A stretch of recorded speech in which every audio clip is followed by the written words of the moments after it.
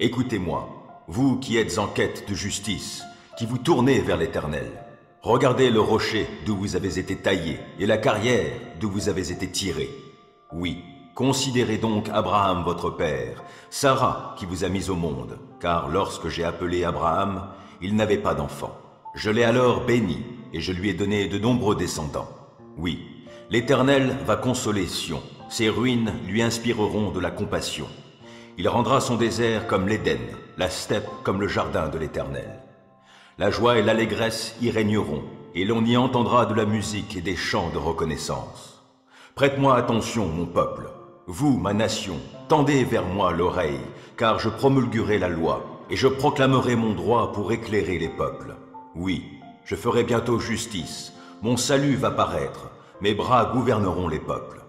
Les îles, les régions côtières mettront leur espérance en moi, elles s'en remettront au secours de mon bras. Levez les yeux au ciel, baissez-les sur la terre, car comme une fumée, le ciel s'évanouira, et comme un vêtement, la terre s'usera. Ses habitants mourront comme des mouches, mais mon salut sera établi pour toujours. Mon œuvre de justice ne sera pas anéantie. Écoutez-moi, vous qui savez ce qui est juste. Peuple qui a ma loi présente à son esprit, ne crains donc pas les injures des hommes, que leurs outrages ne t'emplissent pas de frayeur. Car ils seront mangés par la vermine comme un habit, et rongés par les mites comme la laine. Quant à mon œuvre de justice, elle sera établie pour toujours, et mon salut pour toutes les générations. Réveille-toi, réveille-toi, revêt-toi de puissance, ô bras de l'Éternel. Entre en action comme au jour d'autrefois, au temps des premières générations. N'est-ce pas toi qui abattis Rahab l'Égypte, qui transperça le monstre de la mer? N'est-ce pas toi qui dessécha la mer et qui tarit les eaux du grand abîme? Toi qui fis un chemin dans les profondeurs de la mer pour que ton peuple délivré puisse y passer? De même, ceux que l'Éternel a libérés retourneront. Ils iront à Sion avec des cris de joie. Une joie éternelle couronnera leur tête. La joie et l'allégresse les accompagneront. La tristesse et les plaintes fuiront au loin. C'est moi qui vous console. Comment donc peux-tu craindre l'homme qui doit mourir, ou un humain qui a le même sort que l'herbe? As-tu donc oublié l'Éternel qui t'a fait, qui a tendu le ciel et a fondé la terre? Comment peux-tu trembler sans cesse tout le jour, parce que le tyran déchaîne sa fureur et se prépare à te détruire? Maintenant, où est-elle, la fureur du tyran? Bientôt le prisonnier va être libéré. Il ne périra pas au fond de son cachot, il ne sera plus privé de nourriture. Moi, je suis l'Éternel, ton Dieu. Quand j'agite la mer, ses flots mugissent. Voici mon nom, le Seigneur des armées célestes. Oui, j'ai mis mes paroles dans ta bouche, je t'ai couvert de l'ombre de ma main pour étendre le ciel et pour fonder la terre, et pour proclamer à Sion, tu es mon peuple. Réveille-toi, réveille-toi, debout, Jérusalem, toi qui as bu la coupe remplie de la colère que l'Éternel t'a présentée, oui, toi qui as vidé jusqu'à l'ultime goutte la coupe du vertige. Parmi tous les fils que tu as mis au monde, il n'y en a aucun pour te guider, et parmi tous les fils que tu as élevés, il n'y en a aucun pour te prendre la main. Deux malheurs t'ont frappé, mais qui donc te plaindra? La dévastation et la destruction, la famine et l'épée, et qui te consolera? Tes fils défaillent, ils sont couchés à tous les coins de rue, comme des antilopes prises dans un filet. Ils ont été chargés de la fureur de l'Éternel, de la sanction infligée par ton Dieu. C'est pourquoi, malheureuse, écoute donc ceci, toi qui es enivré, mais pas de vin. Ainsi parle ton Dieu, l'Éternel, ton Seigneur, qui va défendre la cause de son peuple. J'ôterai de ta main la coupe du vertige, et tu ne boiras plus désormais le calice rempli de ma colère. Car je le mettrai dans la main de tes persécuteurs, de ceux qui te disaient « Incline-toi afin que nous passions ». Et tu as présenté ton dos pour qu'on le foule comme une rue pour les passants. C'est en toi, Éternel, que je cherche un refuge. Que jamais cela ne tourne à ma confusion. Toi qui es juste, délivre-moi. Oui, secours-moi. Tends l'oreille vers moi et sauve-moi. Sois le rocher où je trouve un refuge, où je peux accéder à tout moment, où tu as résolu de me sauver. Car tu es mon rocher, ma forteresse. Mon Dieu, délivre-moi des criminels, des gens iniques et violents. Ô Seigneur éternel, sur toi je compte, car, depuis ma jeunesse, ma confiance est en toi. Oui, depuis ma naissance, je prends appui sur toi. Depuis que je suis sorti du sein maternel, tu me soutiens. Tu es sans cesse mon sujet de louange. Pour beaucoup, je suis un prodige. Et toi, tu es pour moi un abri fortifié. Ma bouche est pleine de louanges pour toi, et chaque jour, elle publie ta gloire. En ma vieillesse, ne me délaisse pas. Quand diminuent mes forces, ne m'abandonne pas. Mes ennemis discourent contre moi. Ceux qui m'épient, ensemble se concertent, disant « Dieu l'a abandonné. Poursuivez-le, saisissez-vous de lui. Il n'est personne qui puisse le sauver. Mais toi, ô Dieu, ne reste pas si loin. Mon Dieu, viens vite à mon secours. Qu'ils soient remplis de honte et disparaissent tous mes accusateurs. Qu'ils soient couverts d'opprobre, d'ignominie, ces gens qui cherchent à me nuire. Mais moi, sans cesse, je serai plein d'espoir. De plus en plus, je veux chanter ta gloire. Oui, tous les jours, j'annoncerai tes actes de justice et de salut, dont je ne connais pas le nombre. Par ta puissance, ô Seigneur éternel, je me présenterai, et je rappellerai que toi seul, tu es juste. Tu m'as instruit, ô Dieu, dès ma jeunesse. Jusqu'à ce jour, je publie tes merveilles. Et maintenant que je suis vieux, que j'ai les cheveux blancs, ô Dieu, ne m'abandonne pas. Et je pourrai dire ta force dès aujourd'hui aux hommes de mon temps, et ta puissance aux générations à venir. Ta justice, ô Dieu, est immense, car tu as fait des choses merveilleuses. Qui donc, ô Dieu, serait semblable à toi? Tu nous as fait passer par des détresses et des malheurs sans nombre. Tu nous feras revivre, et, du fond des abîmes, tu me retireras. Veuille me rendre encore plus honoré et me consoler à nouveau. Moi, en retour, je te célébrerai au son du luth pour ta fidélité, mon Dieu. Je te célébrerai en jouant de la lyre, Saint d'Israël. Je pousserai des cris de joie, je chanterai en ton honneur de tout mon être, car tu m'as délivré. Je redirai sans cesse que tu es juste. Ils seront confondus, couverts de honte, ces gens qui cherchent à me nuire. Maintenant donc, appelle, pour voir si quelqu'un te répond. À quel saint ange t'adresseras-tu? Car c'est l'emportement qui tue un insensé, c'est la colère qui fait périr le sot. Sans doute, j'ai vu l'insensé étendre ses racines, mais j'ai soudain maudit son lieu d'habitation. Que ses fils soient privés de tout soutien, écrasés en justice, sans personne pour les sauver. Ce qu'il a moissonné, qu'un affamé le mange et vienne l'enlever jusque dans les épines. Oui, que des gens avides engouffrent sa fortune. Le malheur, en effet, ne sort pas de la terre et la misère ne germe pas du sol, car l'homme naît pour la souffrance, comme les étincelles s'élèvent pour voler. Pour moi, j'aurai recours à Dieu. Oui, c'est à Dieu que je présenterai ma cause. Il fait de grandes choses qu'on ne saurait comprendre et des prodiges innombrables. C'est lui qui fait tomber la pluie sur la surface de la terre et qui répand les eaux à travers les campagnes. Ceux qui sont abaissés, bien haut il les élève. Ceux qui sont affligés trouvent la délivrance. Il déjoue les intrigues des plus rusés, de sorte que leur main ne peut assurer leur salut. Il attrape les sages au piège de leur propre ruse, et les projets des plus perfides, il les prend de vitesse. En plein jour, il rencontre de profondes ténèbres. À midi, il tâtonne comme à la nuit tombée. Il arrache le pauvre de l'épée de leur bouche, il sauve l'indigent de la main du puissant. Ainsi le miséreux a de quoi espérer, et la perversité a la bouche fermée. Ah, certes, bienheureux celui que Dieu corrige, qui n'a pas de mépris pour les leçons du Tout-Puissant. Car Dieu inflige la blessure, mais il la panse aussi, et même s'il meurtrit, sa main guérit ensuite. 6 fois, dans la détresse, il te délivrera. Dans 7 calamités, le mal t'épargnera. Au temps de la famine, il te gardera de la mort. Au milieu du combat, il te préservera du glaive. Tu seras à l'abri du fouet de la langue, et tu ne craindras pas le désastre à venir. Tu pourras te moquer de la dévastation comme de la disette, et tu n'auras pas peur des animaux sauvages. Un pacte te liera aux pierres de la terre, et quant aux animaux sauvages, ils seront en paix avec toi. Tu verras le bonheur régner dans ta demeure. Quand tu visiteras tes troupeaux au bercail, rien n'y fera défaut. Tu pourras constater combien ta descendance sera nombreuse, et ta progéniture poussera comme l'herbe. Tu entreras dans le sépulcre, dans la mûre vieillesse, comme un tas de gerbes qu'on dresse à la saison voulue. Oui, nous l'avons examiné. Cela est bien ainsi. Écoute donc ces choses, et fais-en ton profit. Ô mon Dieu, sauve-moi. J'ai de l'eau jusqu'au cou. Dans une boue profonde, je m'enlise, sans point d'appui. Me voici descendu au plus profond des eaux. Un fort courant m'emporte. Je m'épuise à crier, mon gosier est brûlant. Mes yeux se sont usés à attendre mon Dieu. Car ceux qui me haïssent sans la moindre raison ont dépassé le nombre des cheveux de ma tête. Ils sont puissants, mes ennemis menteurs, qui veulent me détruire. Je dois restituer ce que je n'ai pas extorqué. Ô Dieu, tu sais comme j'ai été insensé, et mes actes coupables ne te sont pas cachés. Qu'ils ne soient pas dans la honte à cause de moi, ceux qui ont mis leur espérance en toi.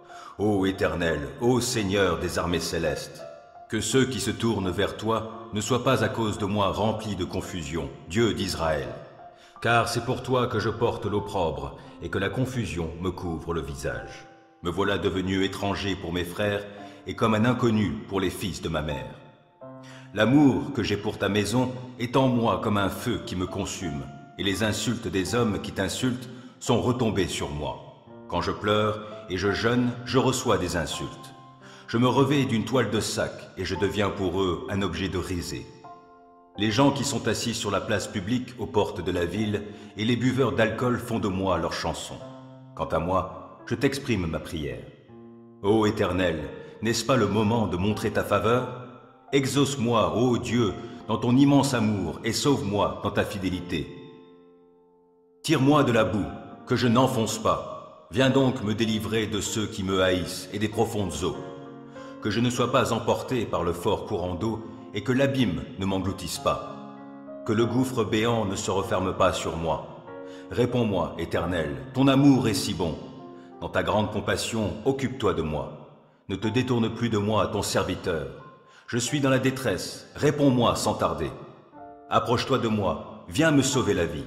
Oui, viens me libérer, car j'ai des ennemis. Toi, tu sais comme je subis l'opprobre, quelle est ma honte et mon ignominie. Ils sont là, devant toi, tous mes persécuteurs. L'opprobre me brise le cœur, je ne m'en remets pas. J'espère un geste de sympathie en ma faveur, mais mon attente est vaine. Quelqu'un qui me console, mais je n'en trouve pas. Ils ont mis du poison dans le pain que je mange. Pour étancher ma soif, ils m'offrent du vinaigre. Que leur banquet devienne un piège devant eux. Que leur tranquillité soit comme un traquenard. Que leurs yeux s'obscurcissent au point de ne plus voir. Fais-leur courber le dos continuellement. Que ton indignation se déverse sur eux. Que ta colère ardente les atteigne. Que les lieux où ils campent soient dévastés. Que leur demeure soit privée d'habitants. Ils se sont acharnés sur celui que tu as frappé. Ils se sont répandus en commérage sur les malheurs de ceux que tu avais blessés. Charge-les donc de tous leurs crimes, et qu'ils ne soient pas mis au bénéfice de ta justice. Que leur nom soit rayé du livre des vivants, qu'ils ne soient pas inscrits parmi les justes. Je suis affligé et je souffre, mais ton secours, ô Dieu, me mettra à l'abri. Alors je te louerai, ô Dieu, dans mes cantiques, je dirai ta grandeur avec reconnaissance. Voilà, ô Éternel, qui te plaît plus qu'un bœuf ou qu'un taureau ayant sabots et cornes. Ô vous, les affligés, voyez, réjouissez-vous. Oui, vous qui vous tournez vers Dieu, que votre cœur soit vivifié, car l'Éternel entend les cris des défavorisés. Il ne méprise pas ceux qui lui appartiennent quand ils sont en prison. Que le ciel et la terre entonnent ses louanges, et que les mers l'acclament avec tout être qui s'y meut. Car Dieu viendra sauver la ville de Sion, et il rebâtira les cités de Juda. On y habitera, on les possédera. Quant à la descendance des serviteurs de l'Éternel, elle en héritera, et ceux qui l'aiment y feront leur demeure. Moi, je suis l'homme qui a vu l'affliction sous les coups du bâton de sa colère. Il m'a mené et il m'a fait marcher dans des ténèbres sans aucune lumière. C'est contre moi qu'à longueur de journée, il tourne et retourne sa main. Il a usé ma chair, ma peau, il a brisé mes os. Il a dressé contre moi des remparts pour m'assiéger d'amertume et de peine. Il m'a fait habiter dans des lieux ténébreux comme ceux qui sont morts depuis longtemps. Il m'a enclos d'un mur afin que je ne sorte pas, il m'a chargé de lourdes chaînes. J'ai beau crier et implorer, il n'écoute pas ma prière. Il a barré tous mes chemins avec d'énormes pierres, il rend ma route impraticable. Il m'a épié comme un ours aux aguets ou comme un lion tapi dans sa cachette. Il m'a fait sortir du chemin, il m'a mis en pièces, et il m'a transformé en une terre dévastée. Il a bandé son arc, et il m'a pris pour cible. Il m'a percé les reins avec les flèches tirées de son carquois. Je suis devenu la risée de tout mon peuple, et le sujet de ses chansons à longueur de journée. Il m'a gavé d'herbes amères, et il m'a abreuvé d'absinthe. Il m'a brisé les dents sur du gravier, il m'a couvert de cendres. Tu m'as banni loin de la paix, je ne sais plus quel goût a le bonheur. Alors j'ai dit, c'en est fini de tout mon avenir, je n'espère plus rien de l'Éternel. Oh, souviens-toi de mon humiliation et de ma vie errante, du poison, de l'absinthe dont je suis abreuvé. Sans cesse, je m'en souviens et j'en suis abattu. Mais voici la pensée que je me rappelle à moi-même, la raison pour laquelle j'aurai de l'espérance. Non, les bontés de l'Éternel ne sont pas à leur terme et ses tendresses ne sont pas épuisées. Chaque matin, elles se renouvellent. Oui, ta fidélité est grande. J'ai dit, l'Éternel est mon bien, c'est pourquoi je compte sur lui. L'Éternel est plein de bonté pour ceux qui ont confiance en lui, pour ceux qui se tournent vers lui. Il est bon d'attendre en silence la délivrance que l'Éternel opérera. C'est une bonne chose pour l'homme de porter le joug dans sa jeunesse. Qu'il se tienne à l'écart et garde le silence quand l'Éternel le lui impose. Et qu'il s'incline, le visage dans la poussière, peut-être y a-t-il un espoir. Qu'il présente la joue à celui qui le frappe, qu'il se rassasie de mépris, car le Seigneur ne le rejettera pas pour toujours. Mais s'il afflige, il aura aussi compassion selon son grand amour. Ce n'est pas par plaisir qu'il humilie et qu'il afflige les humains. Lorsque l'on foule aux pieds tous les prisonniers du pays, lorsque l'on viole le droit d'un homme sous les yeux même du Très-Haut, et lorsque l'on opprime quelqu'un dans son procès, le Seigneur ne le voit-il pas? Qui donc n'a qu'à parler pour qu'une chose soit, quand l'Éternel ne l'a pas ordonné? Par sa parole, le Très-Haut ne suscite-t-il pas, et le malheur et le bonheur? Pourquoi l'homme se plaindrait-il alors qu'il reste en vie? Que chacun se plaigne de ses péchés. Considérons notre conduite et examinons-la, puis revenons à l'Éternel. Tournons notre cœur, élevons nos mains vers Dieu qui est au ciel. Nous avons péché, et nous nous sommes révoltés. Tu ne nous as pas pardonné, tu t'es drapé dans ta colère, tu nous as poursuivis, tu as massacré sans pitié. Tu t'es couvert d'une nuée pour que notre prière ne parvienne pas jusqu'à toi. Tu as fait de nous un rebut et un déchet parmi les peuples, et tous nos ennemis ouvrent la bouche contre nous. Nous avons en partage l'effroi, la fosse, la destruction, la ruine. Je verse des torrents de larmes à cause du désastre qui a atteint la communauté de mon peuple. Mes yeux pleurent sans cesse, ils n'ont aucun répit jusqu'à ce qu'enfin l'Éternel, du haut du ciel, regarde et voie. Je suis bien malheureux à la vue de ce qui arrive aux filles de ma ville. Ils m'ont donné la chasse comme à un passereau, ceux qui sans cause sont mes ennemis. Ils m'ont mis dans une citerne dans le but de m'ôter la vie. Ils m'ont jeté des pierres. L'eau montait plus haut que ma tête, je me disais, je suis perdu. Mais du fond de la fosse, ô Éternel, j'ai fait appel à toi, et tu m'as entendu. Ne ferme pas l'oreille à mes soupirs, à mes cris de détresse. Au jour où je t'ai invoqué, tu es venu auprès de moi, tu m'as dit, n'aie pas peur. Seigneur, tu as plaidé ma cause, tu m'as sauvé la vie. Tu as vu, Éternel, les maux dont on m'accable. Fais-moi justice. Tu as été témoin de leur soif de vengeance et de leur complot contre moi. Tu entends leurs outrages, ô Éternel, tu connais les complots qu'ils forgent contre moi. Leurs propos, leurs pensées sont tournés contre moi à longueur de journée.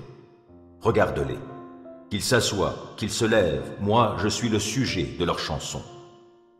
Tu les rétribueras, ô Éternel. Selon ce qu'ils ont fait, tu rendras leur cœur obstiné et tu les frapperas de ta malédiction. Tu les harcèleras dans ta colère ardente et tu les détruiras dessus ton ciel, ô Éternel. Quand Jésus eut achevé de donner ses instructions à ses 12 disciples, il partit de là pour enseigner et prêcher dans les villes de la région. Du fond de sa prison, Jean apprit tout ce que Christ faisait. Il envoya auprès de lui 2 de ses disciples. Ils lui demandèrent, « Es-tu celui qui devait venir, ou bien devons-nous en attendre un autre ?» Et Jésus leur répondit, « Retournez auprès de Jean et racontez-lui ce que vous entendez et ce que vous voyez. Les aveugles voient, les paralysés marchent normalement, les lépreux sont purifiés, les sourds entendent, les morts ressuscitent. La bonne nouvelle est annoncée aux pauvres. Heureux celui qui ne perdra pas la foi à cause de moi. Comme les envoyés s'en allaient, Jésus saisit cette occasion pour parler de Jean à la foule. « Qu'êtes-vous allés voir au désert ?» leur demanda-t-il. « Un roseau agité çà et là par le vent ?»« Oui, qui donc êtes-vous allés voir? Un homme habillé avec élégance ?» Généralement, ceux qui sont élégamment vêtus vivent dans les palais royaux. Mais qu'êtes-vous donc allés voir au désert? Un prophète? Oui, assurément, et même bien plus qu'un prophète. C'est moi qui vous le dis, car c'est celui dont il est écrit « J'enverrai mon messager devant toi, il te préparera le chemin. » Vraiment, je vous l'assure, parmi tous les hommes qui sont nés d'une femme, il n'en a paru aucun de plus grand que Jean-Baptiste. Et pourtant, le plus petit dans le royaume des cieux est plus grand que lui. Depuis l'époque où Jean-Baptiste apparut jusqu'à cette heure, le royaume des cieux se force un passage avec violence, et ce sont les violents qui s'en emparent. En effet, jusqu'à Jean, tous les prophètes et la loi l'ont prophétisé. Et, si vous voulez le croire, c'est lui, cet Élie qui devait venir. Celui qui a des oreilles, qui l'entende. Ils sont comme ces enfants assis sur la place du marché qui crient à leurs camarades « Quand nous avons joué de la flûte, vous n'avez pas dansé. Et quand nous avons chanté des airs de deuil, vous ne vous êtes pas lamentés. » En effet, Jean est venu, il ne mangeait pas et ne buvait pas de vin. Et qu'a-t-on dit? Il a un démon en lui. Le Fils de l'homme est venu, il mange et boit, et l'on dit « Cet homme ne pense qu'à faire bonne chère et à boire du vin. Il est l'ami des collecteurs d'impôts et des pécheurs notoires. » Et cependant, la sagesse de Dieu se fait reconnaître comme telle par les œuvres qu'elle accomplit. Alors Jésus adressa de sévères reproches aux villes où il avait fait la plupart de ses miracles, parce que leurs habitants n'avaient pas changé. « Malheur à toi, Chorazin! Malheur à toi, Bethsaïda! Car si les miracles qui se sont produits au milieu de vous avaient eu lieu à Tyr et à Sidon, il y a longtemps que leurs habitants auraient changé et l'auraient manifesté en revêtant des habits de toile de sac et en se couvrant de cendres. C'est pourquoi je vous le déclare, au jour du jugement, ces villes seront traitées avec moins de rigueur que vous. Et toi, Capernaum, crois-tu que tu seras élevé jusqu'au ciel? Non, tu seras précipité au séjour des morts. Car si les miracles qui se sont produits chez toi avaient eu lieu à Sodome, elle existerait encore aujourd'hui. C'est pourquoi je vous le déclare. Au jour du jugement, le pays de Sodome sera traité avec moins de rigueur que toi. Vers cette même époque, Jésus dit « Je te loue, ô Père, Seigneur du ciel et de la terre, parce que tu as caché ces choses aux sages et aux intelligents, et que tu les as révélées à ceux qui sont tout petits. Oui, Père, car dans ta bonté, tu l'as voulu ainsi. Mon Père a remis toutes choses entre mes mains. Personne ne connaît le Fils si ce n'est le Père, et personne ne connaît le Père si ce n'est le Fils et celui à qui le Fils veut le révéler. Venez à moi, vous tous qui êtes accablés sous le poids d'un lourd fardeau, et je vous donnerai du repos. Prenez mon joug sur vous et mettez-vous à mon école, car je suis doux et humble de cœur, et vous trouverez le repos pour vous-même. Oui, mon joug est facile à porter, et la charge que je vous impose est légère. » En ce temps-là, l'Éternel le déclare, « Moi je serai le Dieu de toutes les familles d'Israël, et ces familles seront mon peuple. » Voici ce que déclare l'Éternel. Le peuple qui a échappé au tranchant de l'épée obtiendra ma faveur dans le désert. Je viens faire jouir Israël du repos. Dès les temps reculés, l'Éternel lui est apparu et lui a dit « D'un amour éternel, je t'aime. C'est pourquoi je t'attire par l'affection que je te porte. Je te rebâtirai, alors tu seras rebâti, ô communauté d'Israël. Tu porteras encore tes tambourins et tu t'avanceras au milieu de la danse des gens en liesse. Oui, De nouveau, tu planteras des vignes sur les coteaux de Samarie. Ceux qui les planteront en cueilleront les fruits.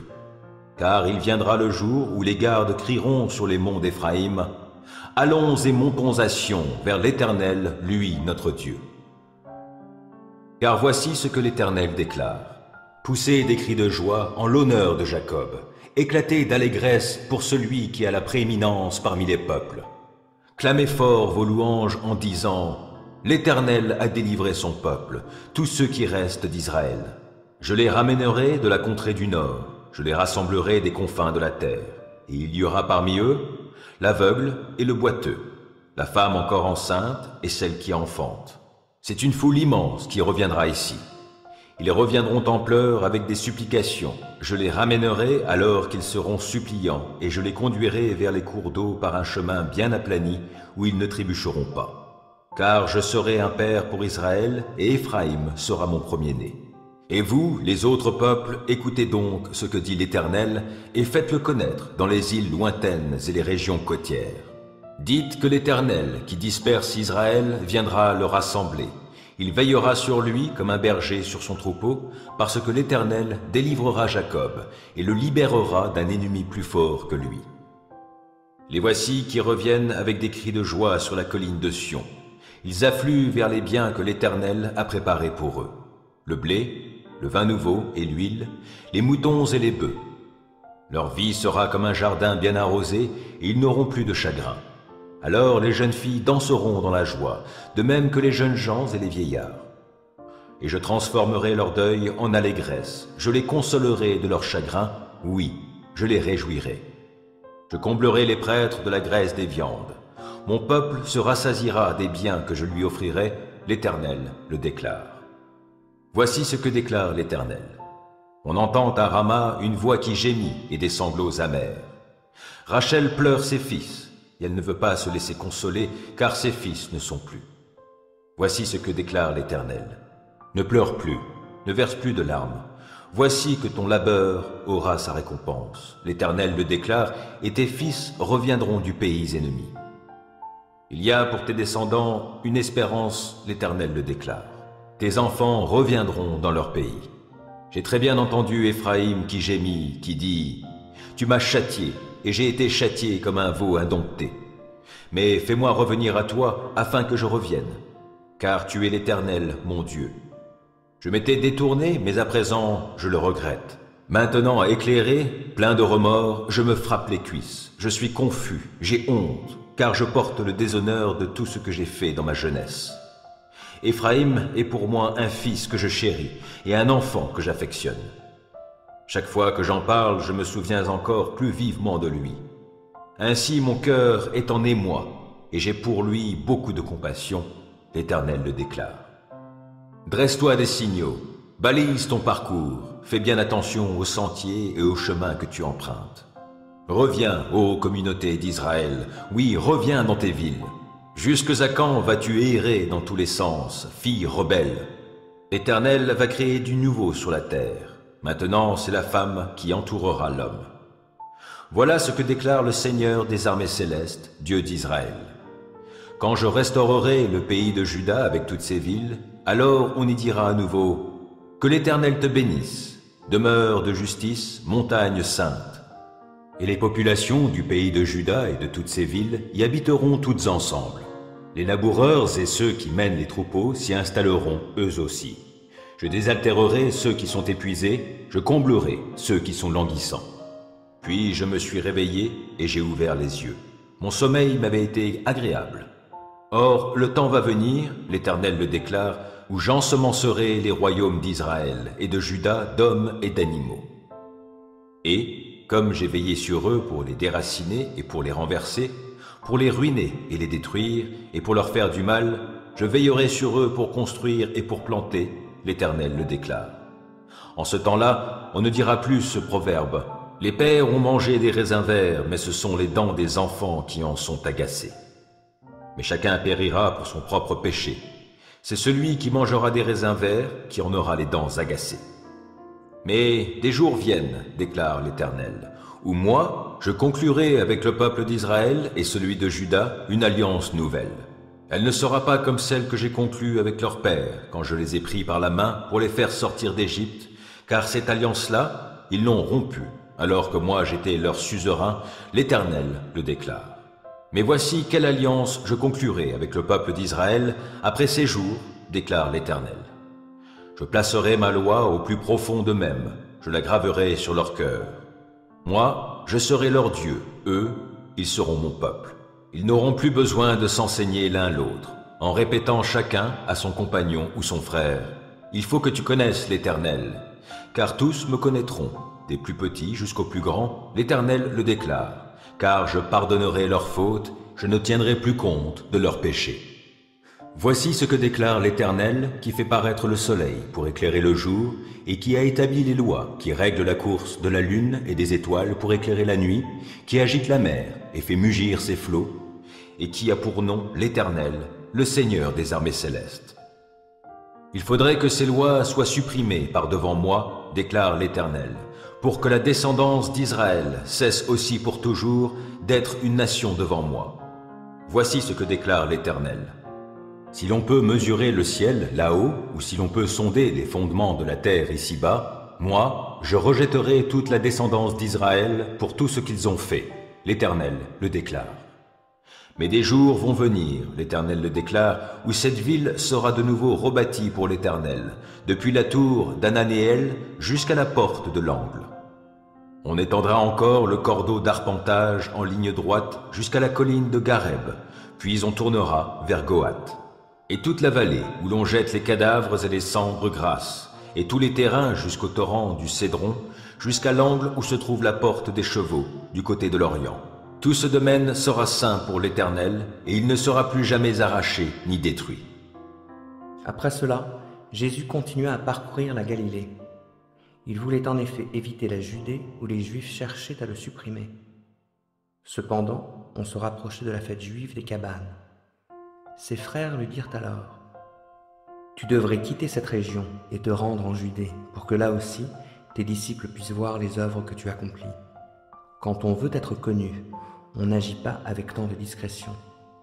Puisque tu accomplis de si grandes choses, fais en sorte que tout le monde le voie. » En effet, les frères de Jésus eux-mêmes ne croyaient pas en lui. Jésus leur répondit : « Le moment n'est pas encore venu pour moi. En revanche, pour vous, c'est toujours le bon moment. Le monde n'a aucune raison de vous haïr, mais moi, il me déteste parce que je témoigne que ses actes sont mauvais. Vous donc, allez à la fête. Pour ma part, je n'y vais pas encore, car le moment n'est pas encore venu pour moi. » Après leur avoir dit cela, il resta en Galilée. Cependant, quand ses frères furent partis pour la fête, il s'y rendit lui aussi, mais secrètement, sans se montrer. Or, pendant la fête, les Juifs le cherchaient et demandaient : « Où est-il donc ?» Dans la foule, les discussions allaient bon train à son sujet. Les uns disaient : « C'est quelqu'un de bien. » « Pas du tout, répondaient les autres. Il trompe tout le monde. Mais, comme ils avaient tous peur des Juifs, personne n'osait parler librement de lui. La moitié de la semaine de fête était déjà passée quand Jésus alla au temple et se mit à enseigner. Les Juifs en étaient tout étonnés et se demandaient : comment peut-il connaître à ce point les Écritures sans avoir jamais étudié ? Jésus leur répondit : rien de ce que j'enseigne ne vient de moi. J'ai tout reçu de celui qui m'a envoyé. Si quelqu'un est décidé à faire la volonté de Dieu, il reconnaîtra bien si mon enseignement vient de Dieu ou si je parle de ma propre initiative. Celui qui parle en son propre nom recherche sa propre gloire. Mais si quelqu'un vise à honorer celui qui l'a envoyé, c'est un homme vrai. Il n'y a rien de faux en lui. Moïse vous a donné la loi, et pourtant, aucun de vous ne fait ce qu'elle ordonne. Pourquoi cherchez-vous à me tuer ? Tu as un démon en toi, lui cria la foule. Qui est-ce qui veut te tuer ? Jésus reprit la parole et leur dit : il a suffi que je fasse une œuvre pour que vous soyez tous dans l'étonnement. Réfléchissez. Moïse vous a donné l'ordre de pratiquer la circoncision, rite qui ne vient d'ailleurs pas de Moïse, mais des patriarches. Or, cela ne vous dérange pas de circoncire quelqu'un le jour du sabbat?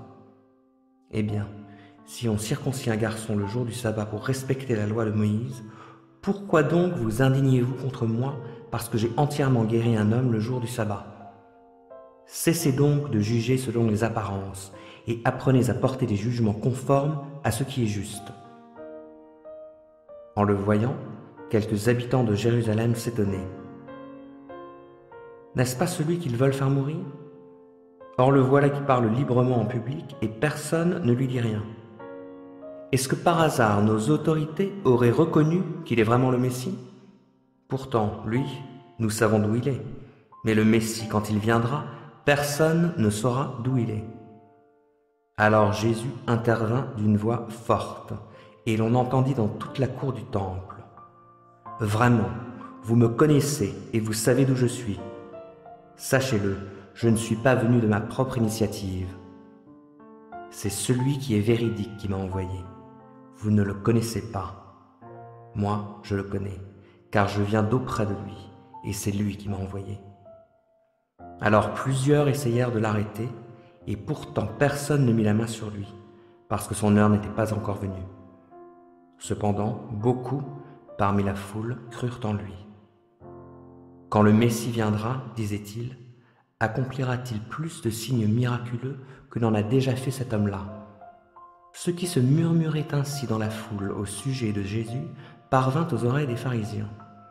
Alors les chefs des prêtres et les pharisiens envoyèrent des gardes du temple pour procéder à son arrestation.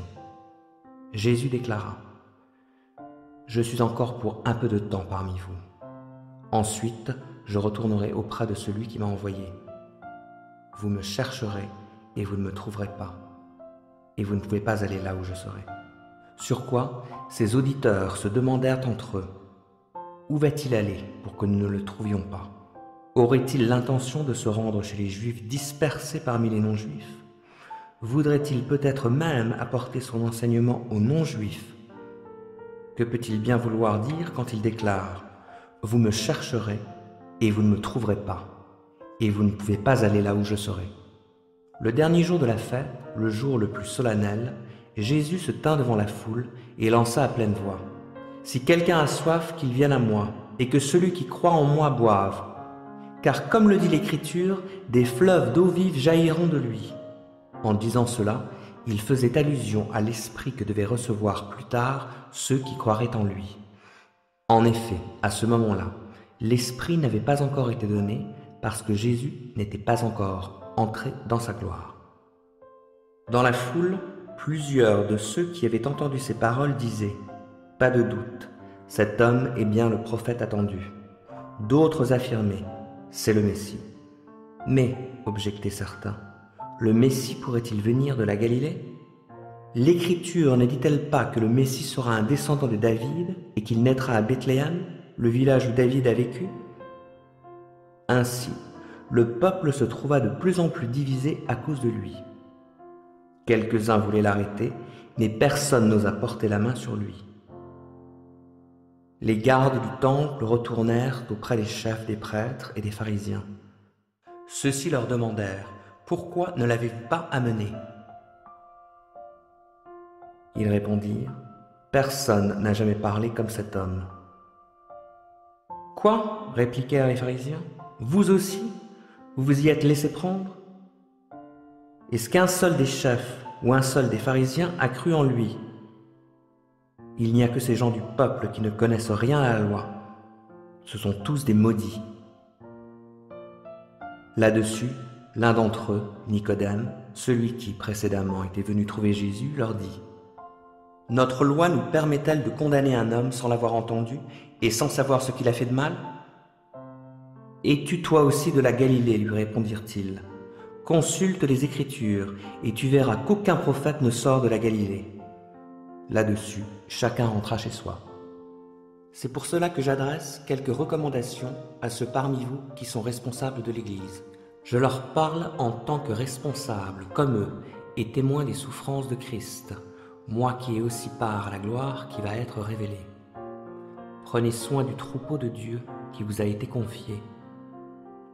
Faites-le, non comme si vous y étiez contraints, mais par dévouement, comme Dieu le désire, non pas pour de honteuses raisons financières, mais de plein gré. Et n'exercez pas un pouvoir autoritaire sur ceux qui ont été confiés à vos soins, mais soyez les modèles du troupeau. Alors, quand le berger en chef paraîtra, vous recevrez la couronne de gloire qui ne perdra jamais sa beauté. Vous de même, jeunes gens, soumettez-vous aux responsables de l'Église. Et vous tous, dans vos relations mutuelles, revêtez-vous d'humilité, car l'Écriture déclare « Dieu s'oppose aux orgueilleux, mais il accorde sa grâce aux humbles. » Tenez-vous donc humblement sous la main puissante de Dieu, pour qu'il vous élève au moment fixé par lui, et déchargez-vous sur lui de tous vos soucis, car il prend soin de vous. Faites preuve de modération, et soyez vigilants. Votre adversaire, le diable, rôde autour de vous comme un lion rugissant qui cherche quelqu'un à dévorer. Résistez-lui en demeurant ferme dans votre foi, car vous savez que vos frères et sœurs dispersés à travers le monde connaissent les mêmes souffrances. Mais quand vous aurez souffert un peu de temps, Dieu, l'auteur de toute grâce, qui vous a appelés à connaître sa gloire éternelle dans l'union à Jésus-Christ, vous rétablira lui-même. Il vous affirmera, vous fortifiera et vous rendra inébranlable. À lui appartient la puissance pour toujours. Amen.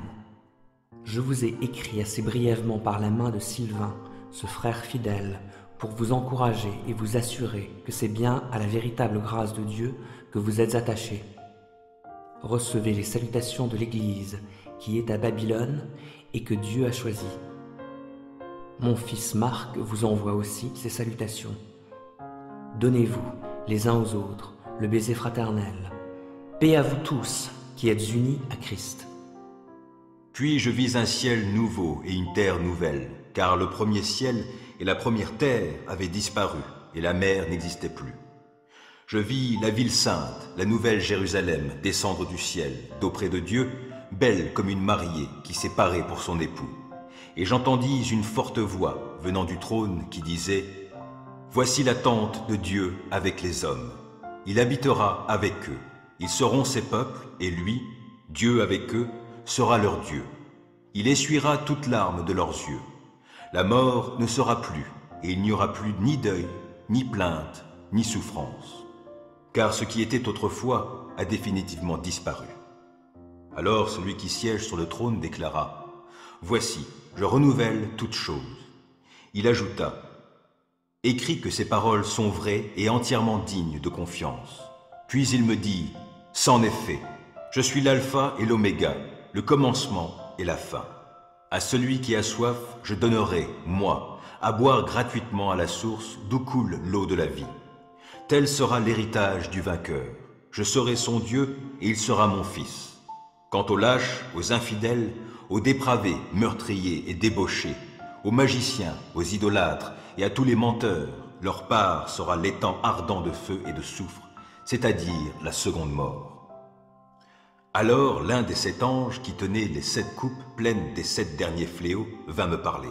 « Viens, me dit-il, je te montrerai la mariée, l'épouse de l'agneau. » Il m'emmena en esprit sur une grande et haute montagne, d'où il me fit voir la ville sainte, Jérusalem, qui descendait du ciel d'auprès de Dieu. Elle rayonnait de la gloire divine. Son éclat rappelait celui d'une pierre très précieuse, celui d'un jaspe d'une transparence cristalline. Elle était entourée d'une grande et haute muraille, percée de 12 portes gardées par 12 anges, et sur ces portes étaient gravés les noms des 12 tribus d'Israël. Les portes étaient orientées 3 vers l'est, 3 vers le nord, 3 vers le sud et 3 vers l'ouest. La muraille reposait sur 12 fondements qui portaient les noms des 12 apôtres de l'agneau. Mon interlocuteur tenait, en guise de mesure, un roseau d'or pour mesurer la ville, ses portes et sa muraille. La ville était bâtie en carré, sa longueur égalait sa largeur. L'ange mesura donc la ville avec son roseau et trouva 12 000 stades, sa longueur, sa largeur et sa hauteur étant d'égale dimension. Il mesura aussi la muraille et trouva 144 coudées, d'après la mesure humaine employée par l'ange. La muraille était construite en jaspe, la ville elle-même était d'or pur, transparent comme du cristal pur. Les fondements de la muraille de la ville étaient ornés de toutes sortes de pierres précieuses. Le premier de jaspe, le second de saphir, le troisième de chalcédoine, le quatrième d'émeraude, le cinquième de sardoine, le sixième de cornaline, le septième de chrysolite, le huitième de béryl, le neuvième de topaze, le dixième de chrysoprase, le onzième de turquoise, le douzième d'améthyste. Les 12 portes étaient 12 perles. Chaque porte était faite d'une seule perle. L'avenue principale de la ville était d'or pur, transparent comme du cristal. Je ne vis aucun temple dans la ville. Son temple, c'est le Seigneur, le Dieu Tout-Puissant, ainsi que l'agneau. La ville n'a besoin ni du soleil ni de la lune pour l'éclairer, car la gloire de Dieu l'illumine et l'agneau lui tient lieu de lampe. Les peuples marcheront à sa lumière et les rois de la terre viendront lui apporter leur gloire. Tout au long du jour, les portes de la ville resteront ouvertes, car il n'y aura plus de nuit. On y apportera tout ce qui fait la gloire et l'honneur des peuples. Rien d'impur ne pourra y pénétrer. Nul homme qui se livre à des pratiques abominables et aux mensonges n'y entrera. Seuls y auront accès ceux qui sont inscrits dans le livre de vie de l'agneau.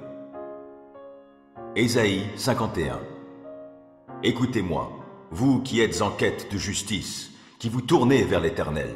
Regardez le rocher d'où vous avez été taillé et la carrière d'où vous avez été tiré. Oui, considérez donc Abraham votre père, Sarah qui vous a mis au monde, car lorsque j'ai appelé Abraham, il n'avait pas d'enfant. Je l'ai alors béni et je lui ai donné de nombreux descendants. Oui, l'Éternel va consoler Sion, ses ruines lui inspireront de la compassion. Il rendra son désert comme l'Éden, la steppe comme le jardin de l'Éternel. La joie et l'allégresse y régneront, et l'on y entendra de la musique et des chants de reconnaissance. Prête-moi attention, mon peuple. Vous, ma nation, tendez vers moi l'oreille, car je promulguerai la loi, et je proclamerai mon droit pour éclairer les peuples.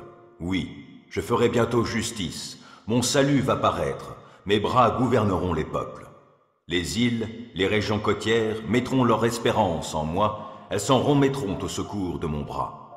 Levez les yeux au ciel, baissez-les sur la terre, car comme une fumée, le ciel s'évanouira, et comme un vêtement, la terre s'usera. Ses habitants mourront comme des mouches, mais mon salut sera établi pour toujours. Mon œuvre de justice ne sera pas anéantie. Écoutez-moi, vous qui savez ce qui est juste. Peuple qui a ma loi présente à son esprit, ne crains donc pas les injures des hommes, que leurs outrages ne t'emplissent pas de frayeur. Car ils seront mangés par la vermine comme un habit, et rongés par les mites comme la laine. Quant à mon œuvre de justice, elle sera établie pour toujours, et mon salut pour toutes les générations. Réveille-toi, réveille-toi, revêt-toi de puissance, ô bras de l'Éternel. Entre en action comme au jour d'autrefois, au temps des premières générations. N'est-ce pas toi qui abattis Rahab l'Égypte, qui transperça le monstre de la mer? N'est-ce pas toi qui dessécha la mer et qui taris les eaux du grand abîme? Toi qui fis un chemin dans les profondeurs de la mer pour que ton peuple délivré puisse y passer? De même, ceux que l'Éternel a libérés retourneront. Ils iront à Sion avec des cris de joie. Une joie éternelle couronnera leur tête. La joie et l'allégresse les accompagneront. La tristesse et les plaintes fuiront au loin. C'est moi qui vous console. Comment donc peux-tu craindre l'homme qui doit mourir, ou un humain qui a le même sort que l'herbe? As-tu donc oublié l'Éternel qui t'a fait, qui a tendu le ciel et a fondé la terre?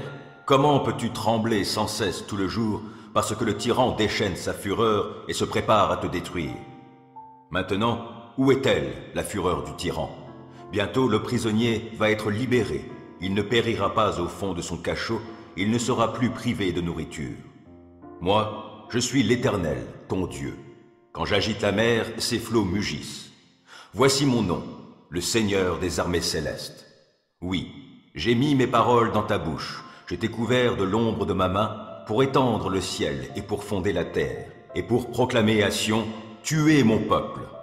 Réveille-toi, réveille-toi, debout, Jérusalem, toi qui as bu la coupe remplie de la colère que l'Éternel t'a présentée. Oui, toi qui as vidé jusqu'à l'ultime goutte la coupe du vertige. Parmi tous les fils que tu as mis au monde, il n'y en a aucun pour te guider, et parmi tous les fils que tu as élevés, il n'y en a aucun pour te prendre la main. Deux malheurs t'ont frappé, mais qui donc te plaindra? La dévastation et la destruction, la famine et l'épée. Et qui te consolera? Tes fils défaillent, ils sont couchés à tous les coins de rue, comme des antilopes prises dans un filet. Ils ont été chargés de la fureur de l'Éternel, de la sanction infligée par ton Dieu. C'est pourquoi, malheureuse, écoute donc ceci, toi qui es enivré, mais pas de vin. Ainsi parle ton Dieu, l'Éternel, ton Seigneur, qui va défendre la cause de son peuple. J'ôterai de ta main la coupe du vertige, et tu ne boiras plus désormais le calice rempli de ma colère, car je le mettrai dans la main de tes persécuteurs, de ceux qui te disaient « Incline-toi afin que nous passions ». Et tu as présenté ton dos pour qu'on le foule comme une rue pour les passants.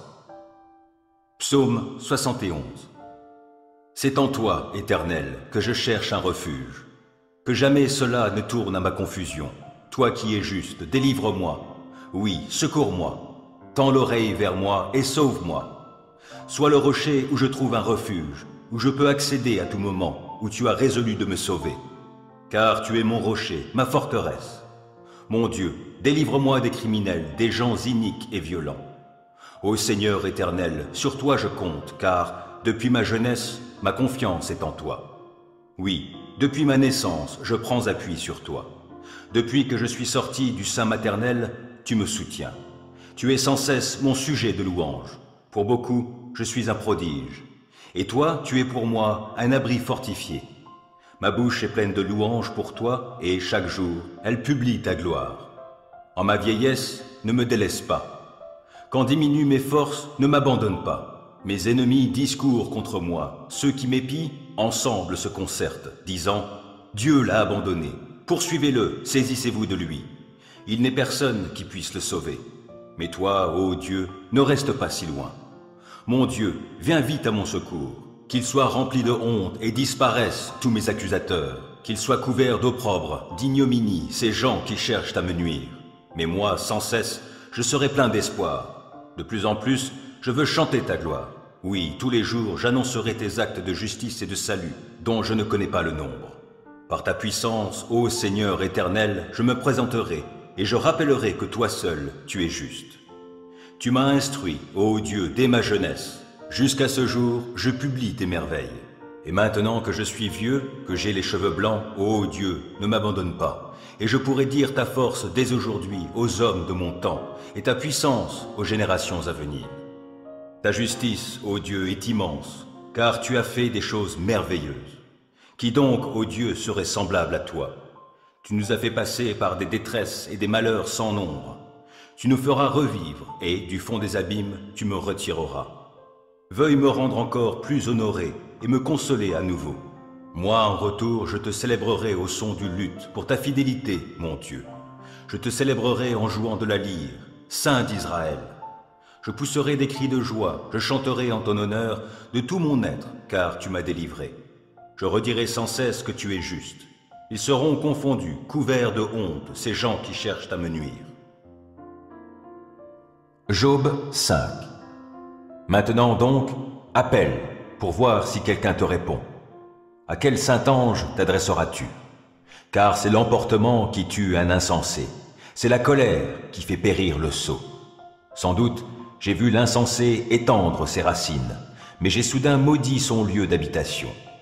Que ses fils soient privés de tout soutien, écrasés en justice, sans personne pour les sauver. Ce qu'il a moissonné, qu'un affamé le mange et vienne l'enlever jusque dans les épines. Oui, que des gens avides engouffrent sa fortune. Le malheur, en effet, ne sort pas de la terre et la misère ne germe pas du sol, car l'homme naît pour la souffrance, comme les étincelles s'élèvent pour voler. Pour moi, j'aurai recours à Dieu. Oui, c'est à Dieu que je présenterai ma cause. Il fait de grandes choses qu'on ne saurait comprendre et des prodiges innombrables. C'est lui qui fait tomber la pluie sur la surface de la terre et qui répand les eaux à travers les campagnes. Ceux qui sont abaissés, bien haut il les élève. Ceux qui sont affligés trouvent la délivrance. Il déjoue les intrigues des plus rusés, de sorte que leur main ne peut assurer leur salut. Il attrape les sages au piège de leur propre ruse, et les projets des plus perfides, il les prend de vitesse. En plein jour, il rencontre de profondes ténèbres. À midi, il tâtonne comme à la nuit tombée. Il arrache le pauvre de l'épée de leur bouche, il sauve l'indigent de la main du puissant.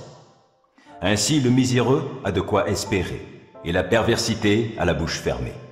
Ah, certes, bienheureux celui que Dieu corrige, qui n'a pas de mépris pour les leçons du Tout-Puissant. Car Dieu inflige la blessure, mais il la pense aussi, et même s'il meurtrit, sa main guérit ensuite. 6 fois, dans la détresse, il te délivrera. Dans 7 calamités, le mal t'épargnera. Au temps de la famine, il te gardera de la mort. Au milieu du combat, il te préservera du glaive. Tu seras à l'abri du fouet de la langue, et tu ne craindras pas le désastre à venir. Tu pourras te moquer de la dévastation comme de la disette, et tu n'auras pas peur des animaux sauvages. Un pacte te liera aux pierres de la terre, et quant aux animaux sauvages, ils seront en paix avec toi. Tu verras le bonheur régner dans ta demeure. Quand tu visiteras tes troupeaux au bercail, rien n'y fera défaut.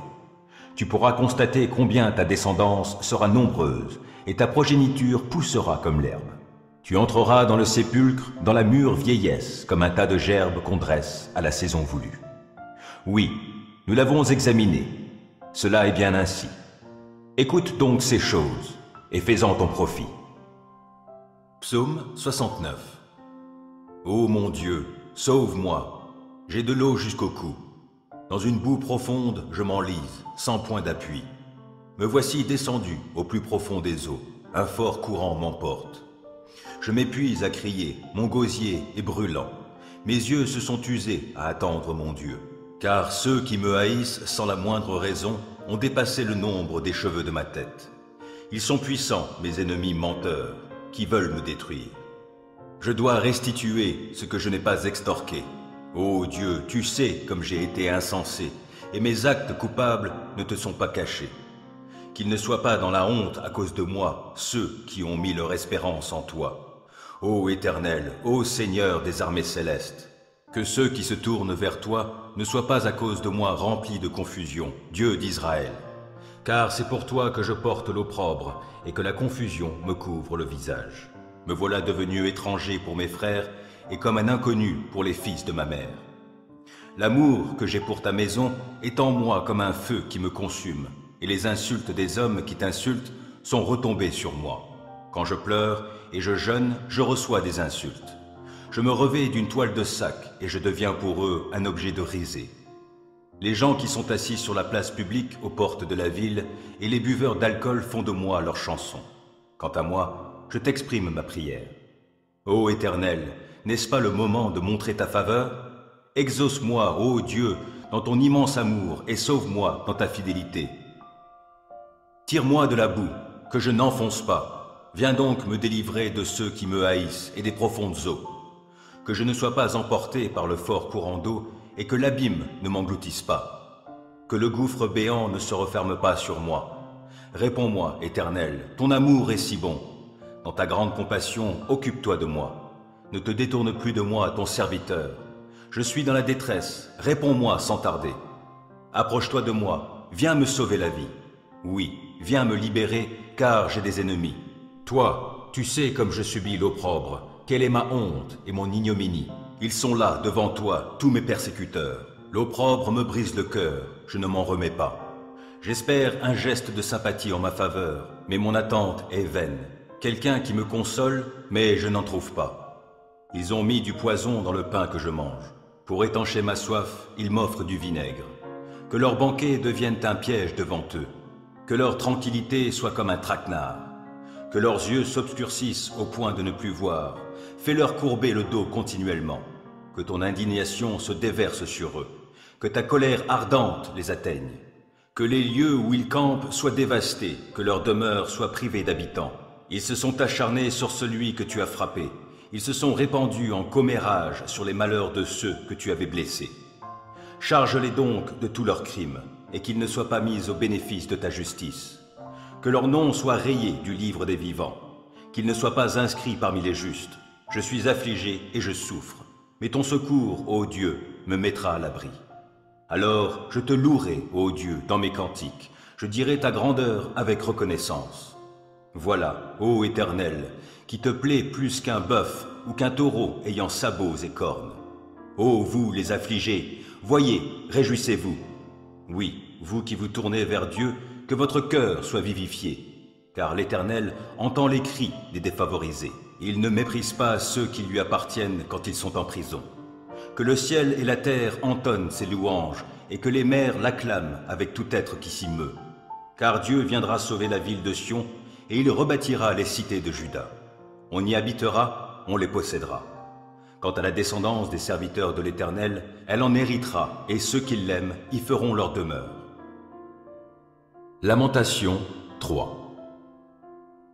Moi, je suis l'homme qui a vu l'affliction sous les coups du bâton de sa colère.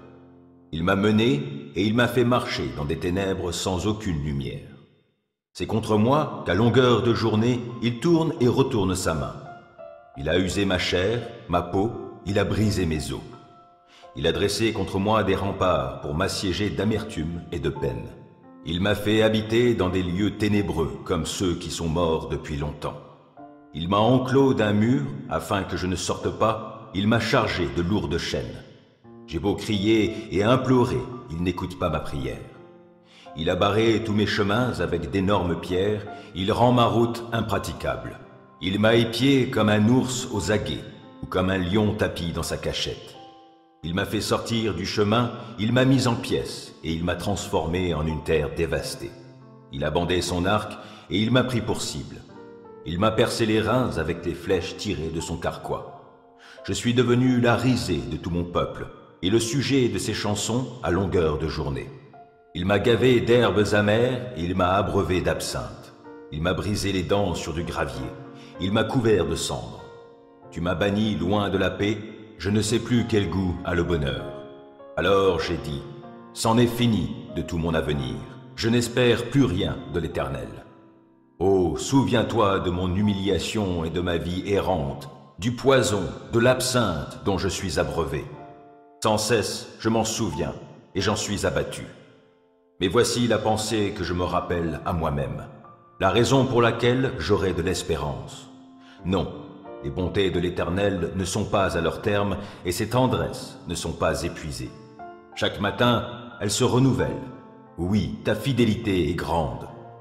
J'ai dit, l'Éternel est mon bien, c'est pourquoi je compte sur lui. L'Éternel est plein de bonté pour ceux qui ont confiance en lui, pour ceux qui se tournent vers lui. Il est bon d'attendre en silence la délivrance que l'Éternel opérera. C'est une bonne chose pour l'homme de porter le joug dans sa jeunesse. Qu'il se tienne à l'écart et garde le silence quand l'Éternel le lui impose. Et qu'il s'incline, le visage dans la poussière, peut-être y a-t-il un espoir. Qu'il présente la joue à celui qui le frappe, qu'il se rassasie de mépris, car le Seigneur ne le rejettera pas pour toujours. Mais s'il afflige, il aura aussi compassion selon son grand amour. Ce n'est pas par plaisir qu'il humilie et qu'il afflige les humains. Lorsque l'on foule aux pieds tous les prisonniers du pays, lorsque l'on viole le droit d'un homme sous les yeux même du Très-Haut, et lorsque l'on opprime quelqu'un dans son procès, le Seigneur ne le voit-il pas? Qui donc n'a qu'à parler pour qu'une chose soit, quand l'Éternel ne l'a pas ordonné?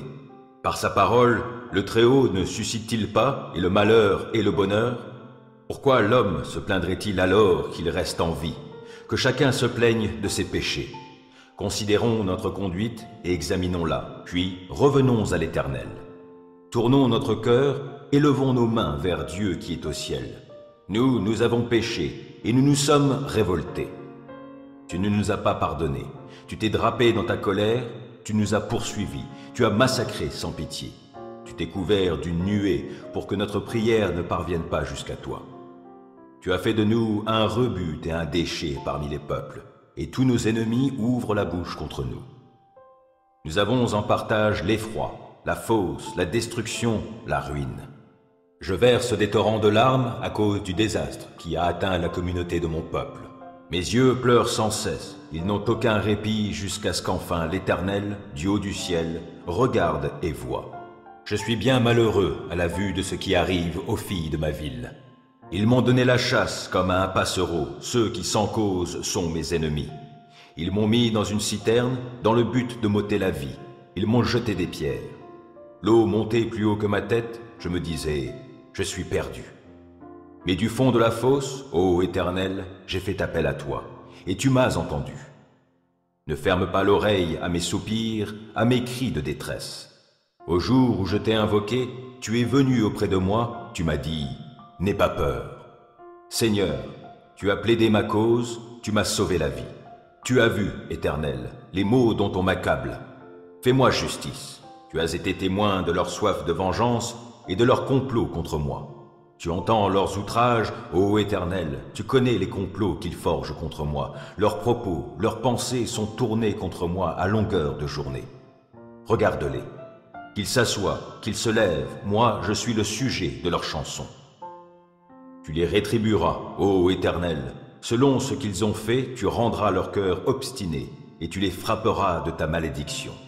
Tu les harcèleras dans ta colère ardente et tu les détruiras dessus ton ciel, ô Éternel.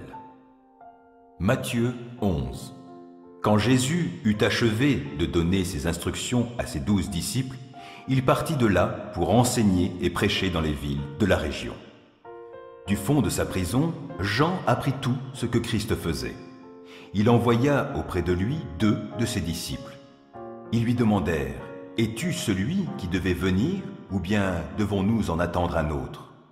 Et Jésus leur répondit, « Retournez auprès de Jean et racontez-lui ce que vous entendez et ce que vous voyez. Les aveugles voient, les paralysés marchent normalement, les lépreux sont purifiés, les sourds entendent, les morts ressuscitent. La bonne nouvelle est annoncée aux pauvres.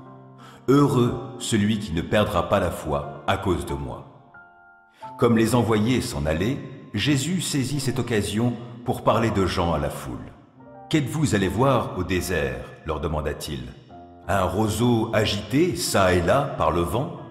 Oui, qui donc êtes-vous allés voir? Un homme habillé avec élégance? Généralement, ceux qui sont élégamment vêtus vivent dans les palais royaux. Mais qu'êtes-vous donc allés voir au désert? Un prophète?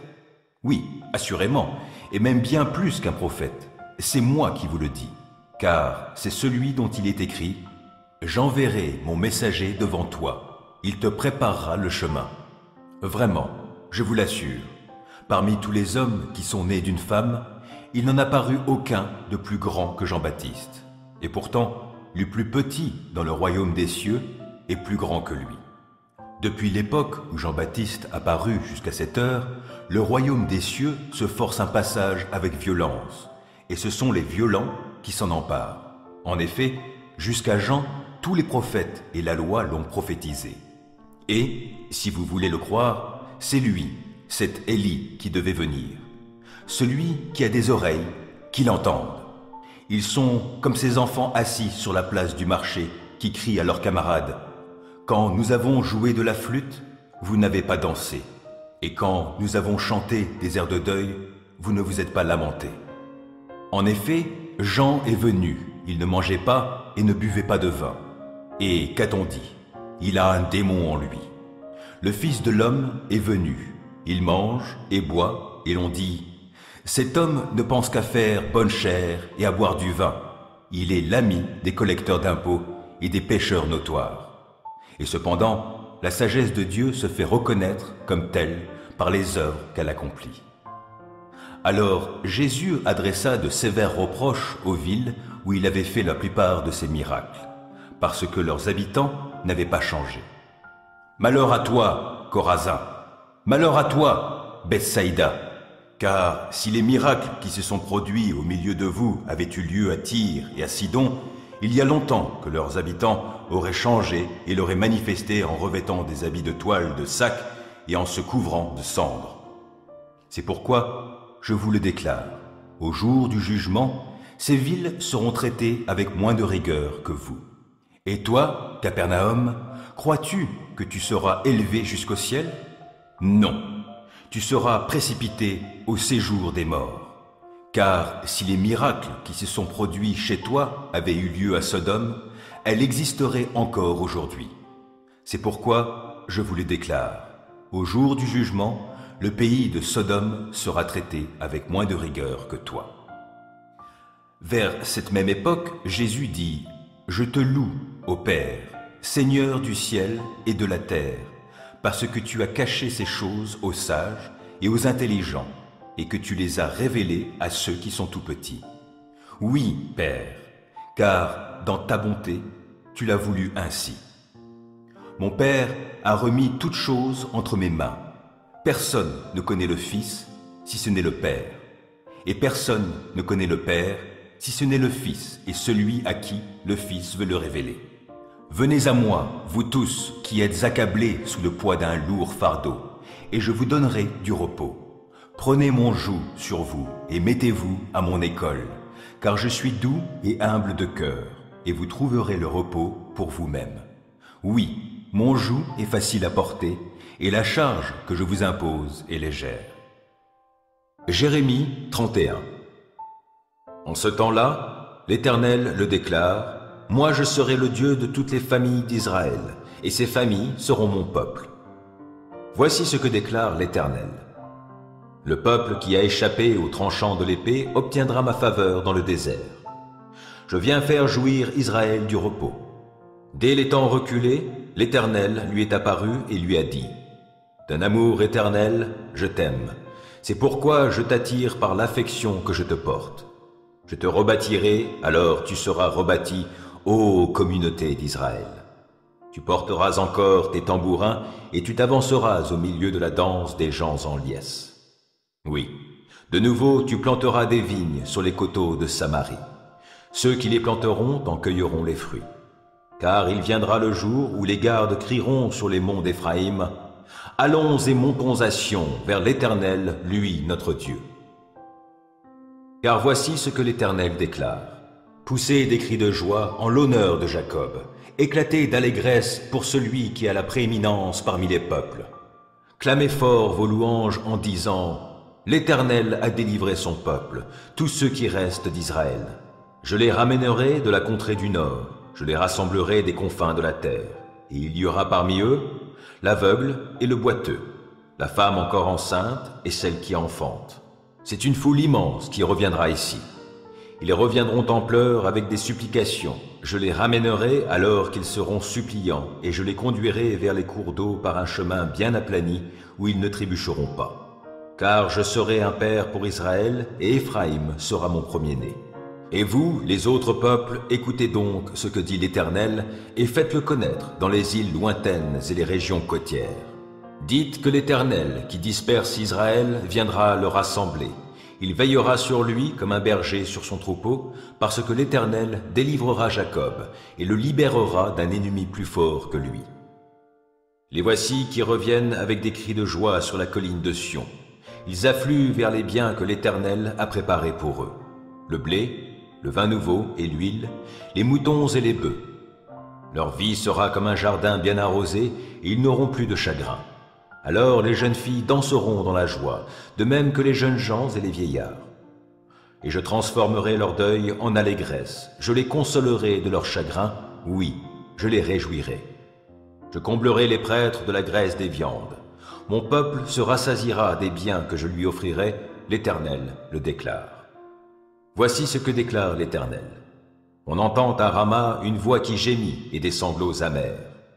Rachel pleure ses fils, et elle ne veut pas se laisser consoler, car ses fils ne sont plus. Voici ce que déclare l'Éternel. Ne pleure plus, ne verse plus de larmes. Voici que ton labeur aura sa récompense. L'Éternel le déclare, et tes fils reviendront du pays ennemi. Il y a pour tes descendants une espérance, l'Éternel le déclare. Tes enfants reviendront dans leur pays. J'ai très bien entendu Éphraïm qui gémit, qui dit « Tu m'as châtié, et j'ai été châtié comme un veau indompté. Mais fais-moi revenir à toi, afin que je revienne, car tu es l'Éternel, mon Dieu. Je m'étais détourné, mais à présent, je le regrette.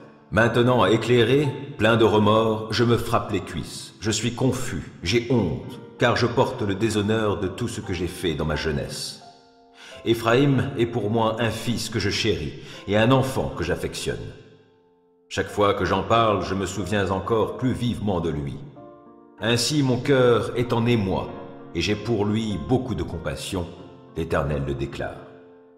Dresse-toi des signaux, balise ton parcours, fais bien attention aux sentiers et aux chemins que tu empruntes. Reviens, ô communauté d'Israël, oui, reviens dans tes villes. Jusque à quand vas-tu errer dans tous les sens, fille rebelle? L'Éternel va créer du nouveau sur la terre. Maintenant, c'est la femme qui entourera l'homme. Voilà ce que déclare le Seigneur des armées célestes, Dieu d'Israël. Quand je restaurerai le pays de Juda avec toutes ses villes, alors on y dira à nouveau « Que l'Éternel te bénisse, demeure de justice, montagne sainte. » Et les populations du pays de Juda et de toutes ses villes y habiteront toutes ensemble. Les laboureurs et ceux qui mènent les troupeaux s'y installeront eux aussi. Je désaltérerai ceux qui sont épuisés, je comblerai ceux qui sont languissants. Puis je me suis réveillé et j'ai ouvert les yeux. Mon sommeil m'avait été agréable. Or, le temps va venir, l'Éternel le déclare, où j'ensemencerai les royaumes d'Israël et de Juda d'hommes et d'animaux. Et, comme j'ai veillé sur eux pour les déraciner et pour les renverser, pour les ruiner et les détruire, et pour leur faire du mal, je veillerai sur eux pour construire et pour planter, l'Éternel le déclare. En ce temps-là, on ne dira plus ce proverbe, « Les pères ont mangé des raisins verts, mais ce sont les dents des enfants qui en sont agacées. » Mais chacun périra pour son propre péché. C'est celui qui mangera des raisins verts qui en aura les dents agacées. Mais des jours viennent, déclare l'Éternel, où moi, je conclurai avec le peuple d'Israël et celui de Juda une alliance nouvelle. Elle ne sera pas comme celle que j'ai conclue avec leurs pères, quand je les ai pris par la main pour les faire sortir d'Égypte, car cette alliance-là, ils l'ont rompue, alors que moi j'étais leur suzerain, l'Éternel le déclare. Mais voici quelle alliance je conclurai avec le peuple d'Israël après ces jours, déclare l'Éternel. Je placerai ma loi au plus profond d'eux-mêmes, je la graverai sur leur cœur. Moi, je serai leur Dieu, eux, ils seront mon peuple. Ils n'auront plus besoin de s'enseigner l'un l'autre, en répétant chacun à son compagnon ou son frère. Il faut que tu connaisses l'Éternel, car tous me connaîtront, des plus petits jusqu'aux plus grands, l'Éternel le déclare. Car je pardonnerai leurs fautes, je ne tiendrai plus compte de leurs péchés. Voici ce que déclare l'Éternel qui fait paraître le soleil pour éclairer le jour et qui a établi les lois qui règlent la course de la lune et des étoiles pour éclairer la nuit, qui agite la mer et fait mugir ses flots, et qui a pour nom l'Éternel, le Seigneur des armées célestes. Il faudrait que ces lois soient supprimées par devant moi, déclare l'Éternel, pour que la descendance d'Israël cesse aussi pour toujours d'être une nation devant moi. Voici ce que déclare l'Éternel. Si l'on peut mesurer le ciel là-haut, ou si l'on peut sonder les fondements de la terre ici-bas, moi, je rejetterai toute la descendance d'Israël pour tout ce qu'ils ont fait. L'Éternel le déclare. Mais des jours vont venir, l'Éternel le déclare, où cette ville sera de nouveau rebâtie pour l'Éternel, depuis la tour d'Ananéel jusqu'à la porte de l'angle. On étendra encore le cordeau d'arpentage en ligne droite jusqu'à la colline de Gareb, puis on tournera vers Goath. Et toute la vallée où l'on jette les cadavres et les cendres grasses, et tous les terrains jusqu'au torrent du Cédron, jusqu'à l'angle où se trouve la porte des chevaux, du côté de l'Orient. Tout ce domaine sera saint pour l'Éternel, et il ne sera plus jamais arraché ni détruit. Jean 7. Après cela, Jésus continua à parcourir la Galilée. Il voulait en effet éviter la Judée où les Juifs cherchaient à le supprimer. Cependant, on se rapprochait de la fête juive des cabanes. Ses frères lui dirent alors, « Tu devrais quitter cette région et te rendre en Judée, pour que là aussi, tes disciples puissent voir les œuvres que tu accomplis. Quand on veut être connu, on n'agit pas avec tant de discrétion.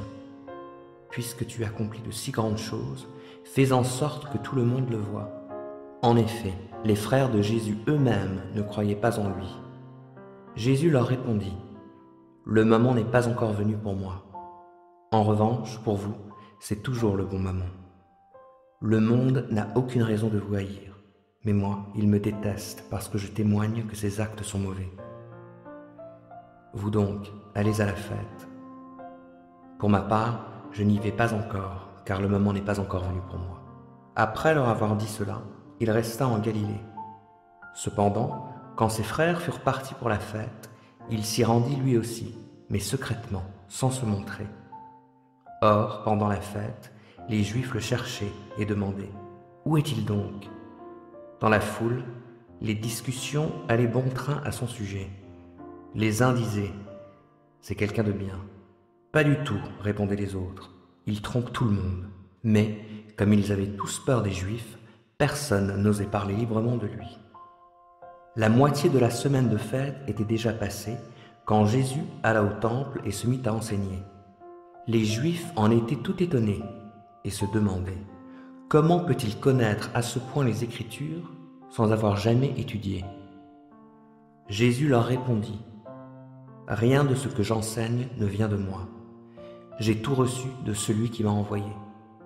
Si quelqu'un est décidé à faire la volonté de Dieu, il reconnaîtra bien si mon enseignement vient de Dieu ou si je parle de ma propre initiative. Celui qui parle en son propre nom recherche sa propre gloire. Mais si quelqu'un vise à honorer celui qui l'a envoyé, c'est un homme vrai. Il n'y a rien de faux en lui. Moïse vous a donné la loi, et pourtant, aucun de vous ne fait ce qu'elle ordonne. Pourquoi cherchez-vous à me tuer ? Tu as un démon en toi, lui cria la foule. Qui est-ce qui veut te tuer ? Jésus reprit la parole et leur dit : Il a suffi que je fasse une œuvre pour que vous soyez tous dans l'étonnement. Réfléchissez. Moïse vous a donné l'ordre de pratiquer la circoncision, rite qui ne vient d'ailleurs pas de Moïse, mais des patriarches. Or, cela ne vous dérange pas de circoncire quelqu'un le jour du sabbat. Eh bien, si on circoncit un garçon le jour du sabbat pour respecter la loi de Moïse, pourquoi donc vous indignez-vous contre moi parce que j'ai entièrement guéri un homme le jour du sabbat ? Cessez donc de juger selon les apparences et apprenez à porter des jugements conformes à ce qui est juste. En le voyant, quelques habitants de Jérusalem s'étonnaient. N'est-ce pas celui qu'ils veulent faire mourir ? Or le voilà qui parle librement en public et personne ne lui dit rien. Est-ce que par hasard nos autorités auraient reconnu qu'il est vraiment le Messie ? Pourtant, lui, nous savons d'où il est. Mais le Messie, quand il viendra, personne ne saura d'où il est. Alors Jésus intervint d'une voix forte, et l'on entendit dans toute la cour du temple. « Vraiment, vous me connaissez et vous savez d'où je suis. Sachez-le, je ne suis pas venu de ma propre initiative. C'est celui qui est véridique qui m'a envoyé. Vous ne le connaissez pas. Moi, je le connais, car je viens d'auprès de lui, et c'est lui qui m'a envoyé. » Alors plusieurs essayèrent de l'arrêter, et pourtant personne ne mit la main sur lui, parce que son heure n'était pas encore venue. Cependant, beaucoup, parmi la foule, crurent en lui. « Quand le Messie viendra, disait-il, accomplira-t-il plus de signes miraculeux que n'en a déjà fait cet homme-là ?» Ce qui se murmurait ainsi dans la foule au sujet de Jésus parvint aux oreilles des pharisiens.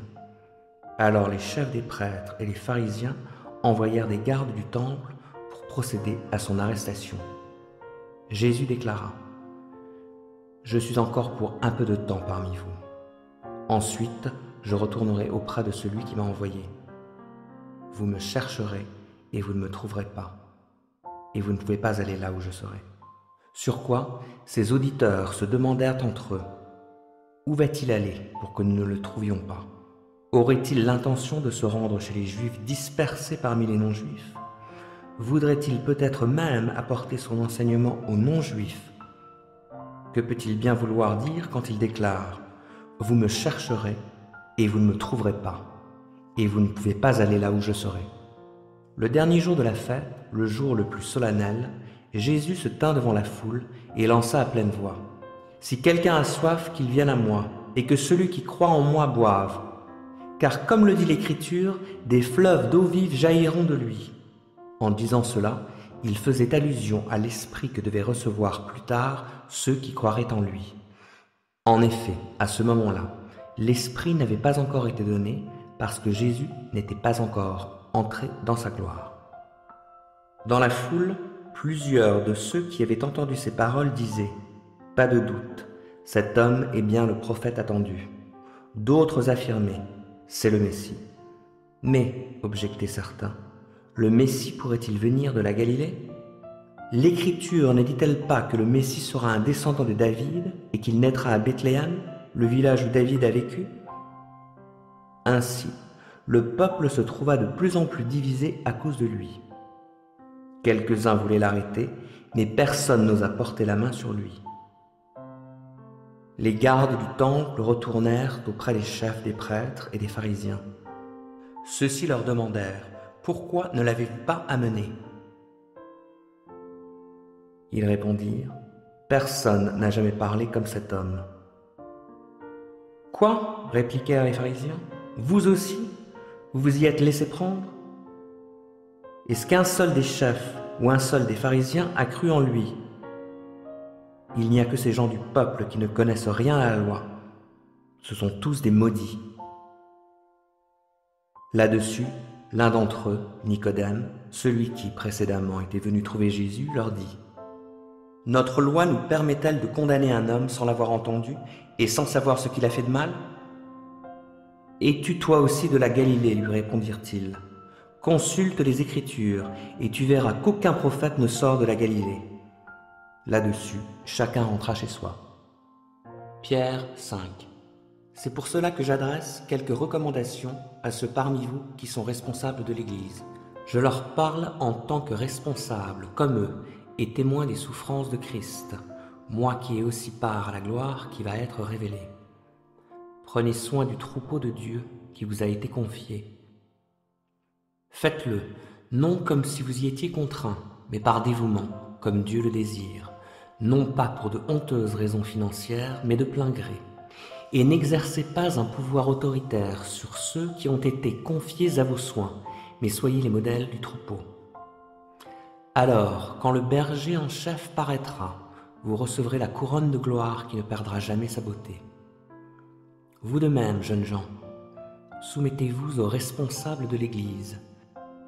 Et vous tous, dans vos relations mutuelles, revêtez-vous d'humilité, car l'Écriture déclare « Dieu s'oppose aux orgueilleux, mais il accorde sa grâce aux humbles. » Tenez-vous donc humblement sous la main puissante de Dieu, pour qu'il vous élève au moment fixé par lui, et déchargez-vous sur lui de tous vos soucis, car il prend soin de vous. Faites preuve de modération, et soyez vigilants. Votre adversaire, le diable, rôde autour de vous comme un lion rugissant qui cherche quelqu'un à dévorer. Résistez-lui en demeurant ferme dans votre foi, car vous savez que vos frères et sœurs dispersés à travers le monde connaissent les mêmes souffrances. Mais quand vous aurez souffert un peu de temps, Dieu, l'auteur de toute grâce, qui vous a appelés à connaître sa gloire éternelle dans l'union à Jésus-Christ, vous rétablira lui-même. Il vous affirmera, vous fortifiera et vous rendra inébranlable. À lui appartient la puissance pour toujours. Amen. Je vous ai écrit assez brièvement par la main de Sylvain, ce frère fidèle, pour vous encourager et vous assurer que c'est bien à la véritable grâce de Dieu que vous êtes attachés. Recevez les salutations de l'Église qui est à Babylone et que Dieu a choisie. Mon fils Marc vous envoie aussi ces salutations. Donnez-vous, les uns aux autres, le baiser fraternel. Paix à vous tous qui êtes unis à Christ. Apocalypse 21. Puis je vis un ciel nouveau et une terre nouvelle, car le premier ciel et la première terre avaient disparu, et la mer n'existait plus. Je vis la ville sainte, la nouvelle Jérusalem, descendre du ciel, d'auprès de Dieu, belle comme une mariée qui s'est parée pour son époux.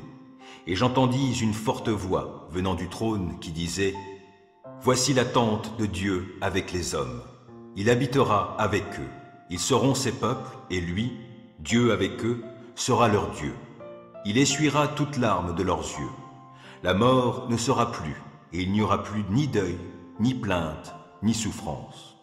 Car ce qui était autrefois a définitivement disparu. » Alors celui qui siège sur le trône déclara « Voici, je renouvelle toutes choses. » Il ajouta « Écris que ces paroles sont vraies et entièrement dignes de confiance. » Puis il me dit « C'en est fait.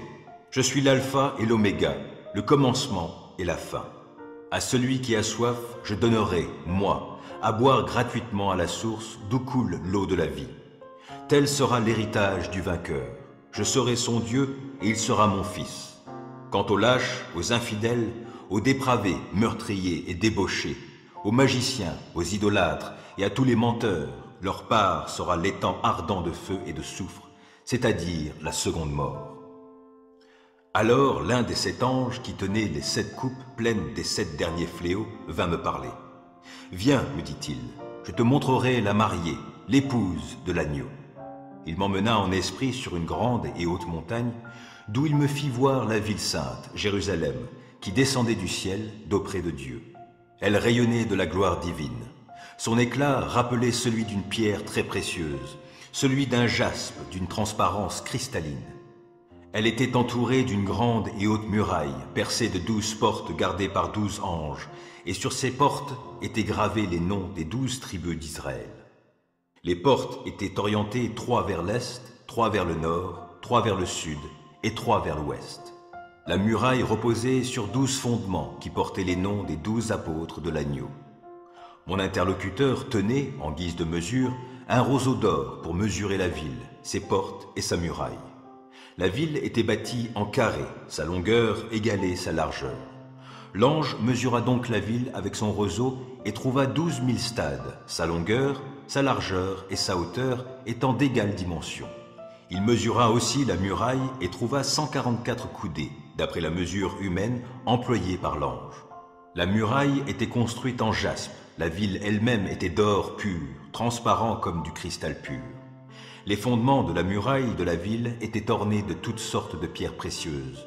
Le premier de jaspe, le second de saphir, le troisième de chalcédoine, le quatrième d'émeraude, le cinquième de sardoine, le sixième de cornaline, le septième de chrysolite, le huitième de béryl, le neuvième de topaze, le 10e de chrysoprase, le 11e de turquoise, le 12e d'améthyste. Les 12 portes étaient 12 perles. Chaque porte était faite d'une seule perle. L'avenue principale de la ville était d'or pur, transparent comme du cristal. Je ne vis aucun temple dans la ville. Son temple, c'est le Seigneur, le Dieu Tout-Puissant, ainsi que l'agneau. La ville n'a besoin ni du soleil ni de la lune pour l'éclairer, car la gloire de Dieu l'illumine et l'agneau lui tient lieu de lampe. Les peuples marcheront à sa lumière et les rois de la terre viendront lui apporter leur gloire. Tout au long du jour, les portes de la ville resteront ouvertes, car il n'y aura plus de nuit. On y apportera tout ce qui fait la gloire et l'honneur des peuples. Rien d'impur ne pourra y pénétrer. Nul homme qui se livre à des pratiques abominables et aux mensonges n'y entrera. Seuls y auront accès ceux qui sont inscrits dans le livre de vie de l'agneau.